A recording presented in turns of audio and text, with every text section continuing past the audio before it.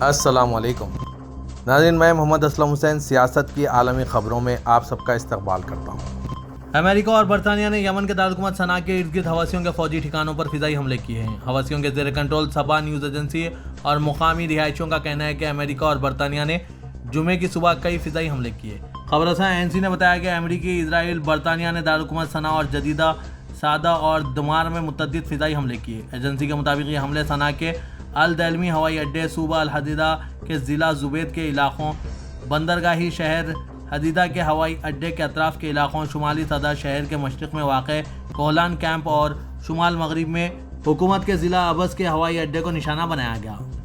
رہائشیوں نے بتایا کہ کم از کم 4 طاقتور فضائی حملے صنعاء کے ارد گرد کے پہاڑوں پر ہوئے۔ کھڑکیوں کے شیشے ٹوٹ گئے اور کئی علاقوں میں بجلی منقطع ہو گئی۔ حوثیوں نے صنعاء کے وسط میں رہائشی علاقوں سے متصل کئی کیمپوں کو خالی کرا لیا ہے۔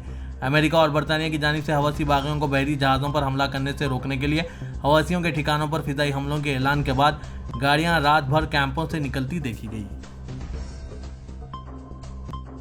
اردن نے کہا ہے کہ ہمیں بحر اسود میں فوجی آپریشنوں اور یمن پر فضائی حملوں پر تشویش ہے اور ہم حالات پر نگاہ رکھے ہوئے ہیں۔ اردن کے وزیر خارجہ ایمن الصفدی نے سرکاری خبررساں ایجنسی پیٹرا کے لیے جاری کردہ بیان میں کہا ہے کہ اردن بحر احمر میں پیش آ رہے حالات اور اس کے عمومی معنوں میں علاقائی سلامتی پر اثرات پر نہایت تشویش سے نگاہ رکھے ہوئے ہیں۔ بیان میں کہا گیا ہے کہ اسرائیل کے غزہ پر وحشیانہ حملے اور فلسطینی عوام کے حقوق کی خلاف ورزیاں علاقائی سلامتی کے لیے سب سے بڑا خطرہ ہے۔ اسرائیل غزہ پر وحشیانہ حملے جاری رکھ کر اور نئے محاذ کھول کر مغرب کو اپنے اندر کھینچنے اور پورے علاقے کو اور بھی زیادہ جھڑپوں، کشیدگیوں اور جنگوں کی طرف ڈھکیلنے کی کوشش میں ہے۔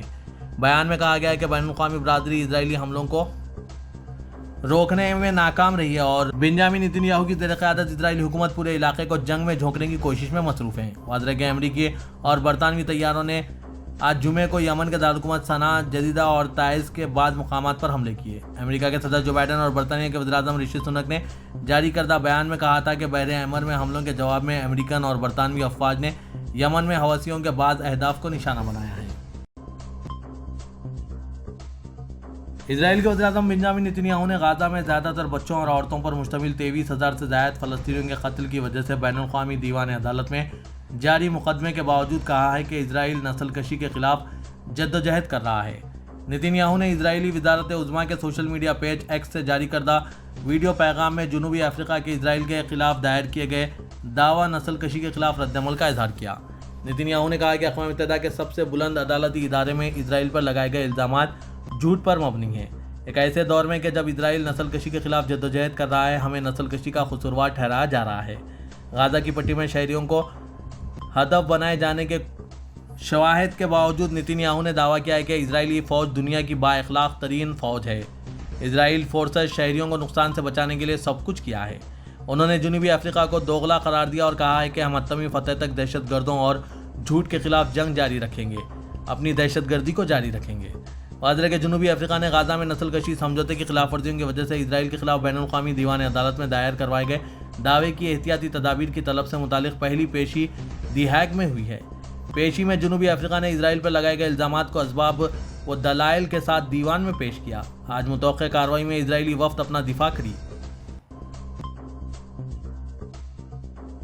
فلسطین میں حماس کے مجاہدین نے اس بات کا اعادہ کیا کہ وہ غزہ پر اسرائیل کے حملے مکمل طور پر بند ہونے تک تل ابیب کے ساتھ کوئی معاہدہ یا قیدیوں کا تبادلہ نہیں کریں گے۔ اس ملاقات کے بعد جہاں مجاہدین کے گروپ نے غزہ کی پیش رفت پر تبادلہ خیال کیا، حماس کے ٹیلی گرام اکاؤنٹ پر ایک تحریری بیان جاری کیا۔ بیان میں کہا گیا ہے کہ ہم اپنے قومی موقف کی تصدیق کرتے ہیں کہ فلسطینی عوام کے خلاف حملے مکمل طور پر ختم ہونے تک کوئی معاہدہ یا قیدیوں کا تبادلہ نہیں کیا جائے گا۔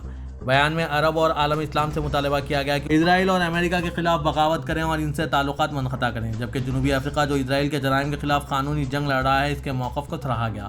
فلسطینی مزاحمتی گروپوں کا اجلاس کس جگہ منعقد ہوا اور اس میں شریک گروپوں کے ناموں کے بارے میں کوئی معلومات نہیں دی گئی۔ فلسطینی مزاحمتی تنظیمیں بالخصوص حماس اس سے قبل بھی کئی بار کہہ چکا ہے کہ غزہ میں حملے بند ہونے تک قیدیوں کا تبادلہ نہیں کیا جائے گا۔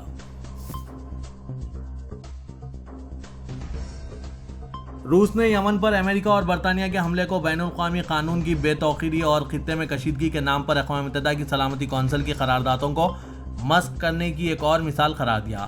یہ بات روسی وزارت خارجہ کی ترجمان ماریا زاخارova نے آج جمعے کو اپنے بیان میں کہی۔ محترمہ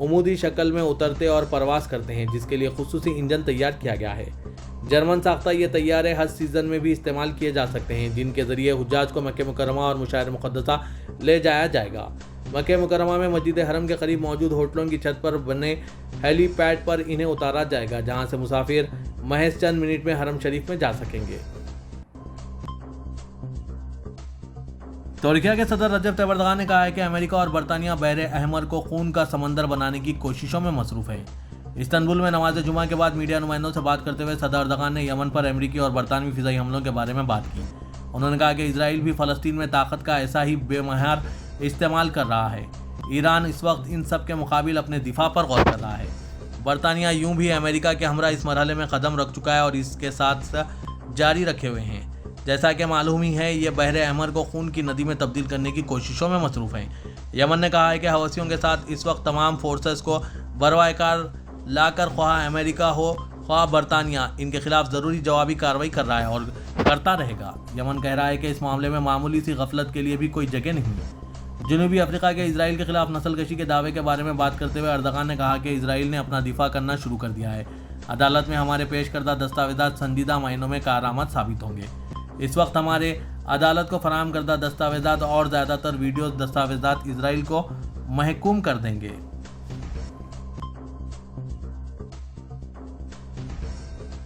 پاکستان میں بانی P T I Imran Khan نے کہا ہے کہ الیکشن نہ لڑ سکا تو سپریم کورٹ جاؤں گا۔ طاقت کے زور پر سارا قانون ختم کر دیا گیا۔ جو ہمارے ساتھ ہو رہا ہے، کسی پارٹی کے ساتھ ایسا نہیں ہوا۔ جنرل باجوہ نے اگست 2022 میں مجھے اور شاہ محمود قریشی سے کہا، چپ کر کے بیٹھ جاؤ تو 2/3 اکثریت ملے گی، اگر خاموش نہ ہوئے تو 30 سیٹوں تک محدود کر دیں گے۔ ایک نیوز پورٹل کے مطابق گزشتہ روز اڈیالہ جیل میں کمرہ عدالت میں میڈیا سے غیر رسمی گفتگو کرتے ہوئے سابق پاکستانی وزیر اعظم عمران خان نے کہا، میاں نواز شریف، شہباز شریف اور مریم نواز سرٹیفائیڈ منی لانڈرر ہے۔ شہباز شریف کے خلاف 24 ارب کے ثابت شدہ اسکینڈلز معاف کر دیے گئے۔ بشرا بی بی ایک ٹرسٹی ہے، ان کو کیوں گرفتار کیا جائے گا؟